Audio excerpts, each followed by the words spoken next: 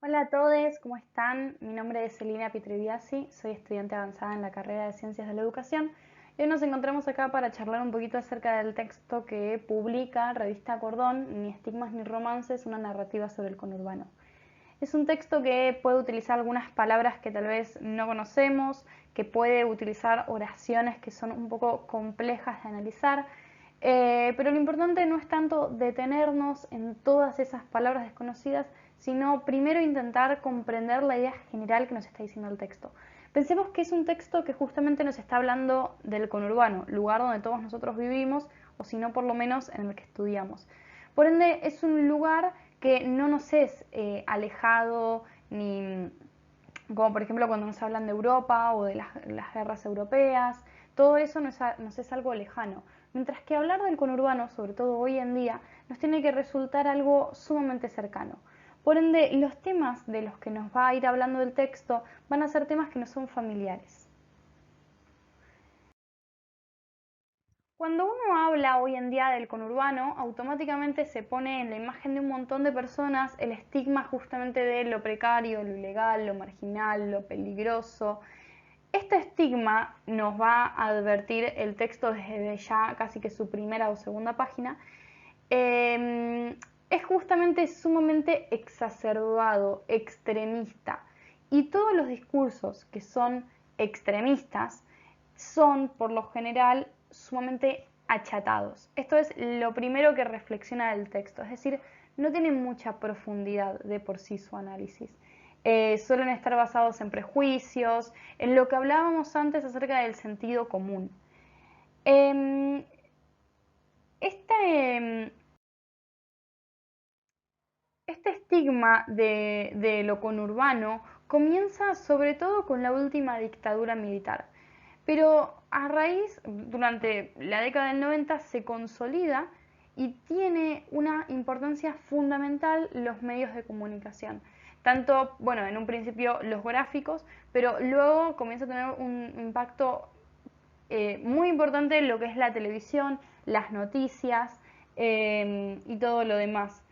Cuando uno habla del conurbano, entonces automáticamente uno empieza a hablar acerca de esas necesidades básicas insatisfechas, de una infraestructura pública escasa o decadente, de lo marginal, de los altos niveles de delincuencia, de la corrupción inclusive.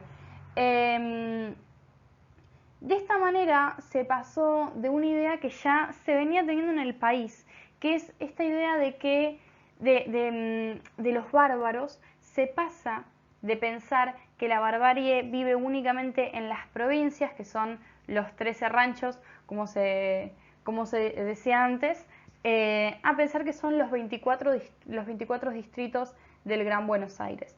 Entonces, todas esas personas que antes eran sumamente, bueno, que son sumamente despreciadas por su condición social, por la manera en la que se visten, por su color de piel, por la manera en la que hablan, por sus gustos y preferencias, hoy habitan alrededor de la ciudad de Buenos Aires. Por ende, están sumamente cerca de lo que es el núcleo de poder y esto crea una incomodidad sumamente alta para un montón de estratos de la sociedad. A esto se refiere muchísimo cuando se habla acerca de la imagen aluvional. Son un montón, un aluvión es eso, ¿no? Un montón de cosas que se te vienen. Se habla acerca de una población que crece exponencialmente, que uno es incapaz de contenerla en ningún lado, que el Estado jamás podría hacerlo o que el Estado directamente no tendría por qué ayudarles, eh, y que van creciendo, creciendo, creciendo. Se habla mucho acerca de esta imagen del inmigrante interno, que nos tiene que remitir a una época de la Argentina ya pasada. Nos tiene que remitir mucho a la generación del 80, por ejemplo. Luego de explicar un poco esto, en el apartado que se llama De Marco Polo a Polo Secchi, hay todo un párrafo en la página 159 donde se desarrollan metáforas. Es un párrafo que si uno desconoce las metáforas de las que nos habla, que nos habla por ejemplo de Dorian Gray, que es un libro, bueno, y de otras más, Si uno las desconoce, muchas veces te suelen oscurecer más de lo que uno está hablando que aclararlos. Por ende, no hace falta que nos enfoquemos tanto en ellos. Lo importante y lo que quieren hacer énfasis con estas metáforas es que a escasos metros del barrio, de uno de los barrios en realidad más importantes y más caros de la ciudad de Buenos Aires, existe personas que viven en las mismas condiciones de lo que se vive en el conurbano. Por ende, desde la misma ciudad de Buenos Aires se empieza, nuevamente esta imagen aluvional, imagínense, se repite esta idea de esos pobres que vienen acá a robarme a mí, a robar el país. El hecho de ver a todas esas personas genera una incomodidad total. Y más cuando ya ni siquiera están al otro lado de la General Paz. Recordemos que la General Paz es justamente lo que separa la ciudad de Buenos Aires con el Gran Buenos Aires, que es el conurbano. Cuando hablamos del Gran Buenos Aires hablamos del conurbano. Entonces, cuando uno nombra el conurbano, nombra a la crisis social, nombra a toda esa juventud que no tiene metas, que no tiene futuro, que está sumamente hundida en las drogas, en la organicería, en la holgazanería. Podemos acá recordar nuevamente un poco Sarmiento y toda esta época de la generación del 80. Y nuevamente esta imagen de que la población va creciendo descontroladamente, es decir, esa imagen aluvional. Sin embargo, sucede algo en los últimos años.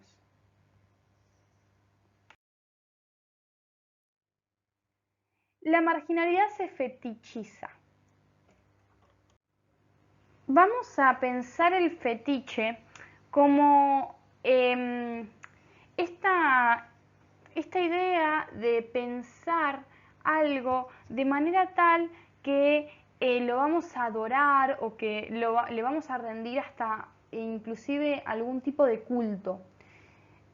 Con distintos programas televisivos que se fueron emitiendo más que nada a raíz de los 90, yo creo que el que más vamos a conocer todos es Policías en Acción, que actualmente sigue emitiendo capítulos, solo que no ya de una hora, sino más cortos. Empieza a ver se empieza a acercar la marginalidad y se la empieza a exponer en la televisión de manera tal que pueda ser algo que se consuma. Pero se lo va a hacer de una manera bastante pornográfica, va a explicar el texto. Si vemos, aunque sea 10 minutos menos, si vemos la intro de los capítulos de, por ejemplo, 2010 o del 2000 de Policías en Acción, ya nos vamos a dar cuenta de qué está hablando. Esta imagen de las prostitutas, bueno, el ejemplo que nombra en el texto es uno que yo la verdad que desconocía totalmente, pero es en relación a revolver la basura, comerla, decir a qué sabe, la fascinación por lo marginal. Yo la verdad es que ese capítulo nunca lo vi, tampoco soy muy... La verdad que nunca vi un capítulo completo de Policías en Acción,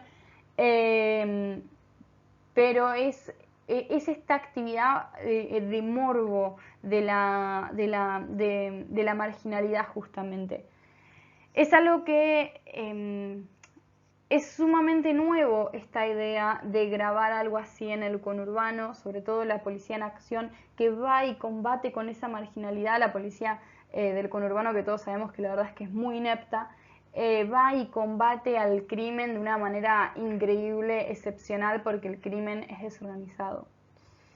Pero por supuesto que si yo empiezo a nombrar acerca de todo esto del conurbano, muchísimos van a empezar a decir, bueno, pero no todos somos así, ¿no? Tiene que haber algún tipo de excepción. Y es que sí, justamente acá es donde entra a juego el romanticismo de la marginalidad.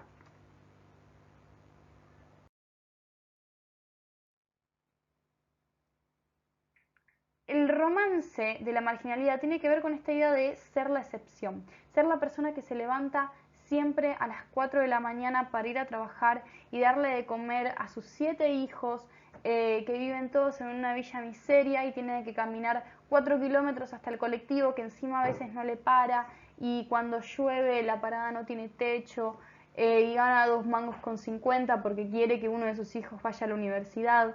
El romanticismo de la marginalidad tiene mucho que ver con esto. Es una política que se basa en disfrazar las desigualdades bajo una cuestión del esfuerzo personal. Pero siguen habiendo esas desigualdades. Pero como uno las piensa como una manera de desafiarse a uno mismo, de repente se tornan mucho menos importantes o mucho menos crueles, si se quiere. Acá es donde entra en juego la meritocracia, que es esta idea de que si hacemos mérito, vamos a siempre conseguir lo que querramos. Esto se convirtió mucho en una manera de pensar, va a decir el texto, en una manera contrahegemónica, en una manera discursiva contrahegemónica de enfrentarse hacia la situación que es el conurbano.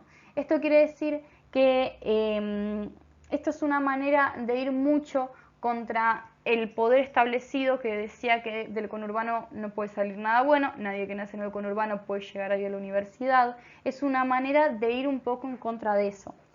El texto termina con una reflexión que creo que es para releerla varias veces, que justamente explica que justamente habla acerca de que tenemos que superar tanto este romanticismo como la estigmatización, que reconocer las desigualdades que le son inherentes al conurbano es parte de una demanda social que se le está exigiendo al Estado de venir y acá tenés que hacer algo, tenés que mejorar las infraestructuras, tenés que asfaltar las calles, es parte del reclamo social, pero tampoco, y esto también es una reflexión mía, el hecho de pensar el conurbano como uno solo, como este lugar sumamente desigual, deja de lado que hay un montón de otras zonas del conurbano, pero a su vez también deja de lado esta idea de que el conurbano no es solo el conurbano sur y que nos encontramos con otros conurbanos alrededor de la ciudad.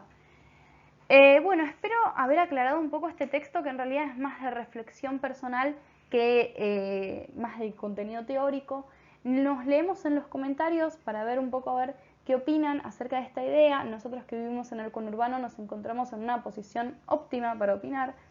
Así que ya saben, cualquier cosita también nos pueden hablar por redes sociales, por WhatsApp o por nuestro grupo. Nos vemos el sábado virtualmente o el martes presencialmente para estar aclarando esas dudas que puedan haber quedado. Muchísimas gracias. Recuerden que somos todos por sociales de la Mesa Verde.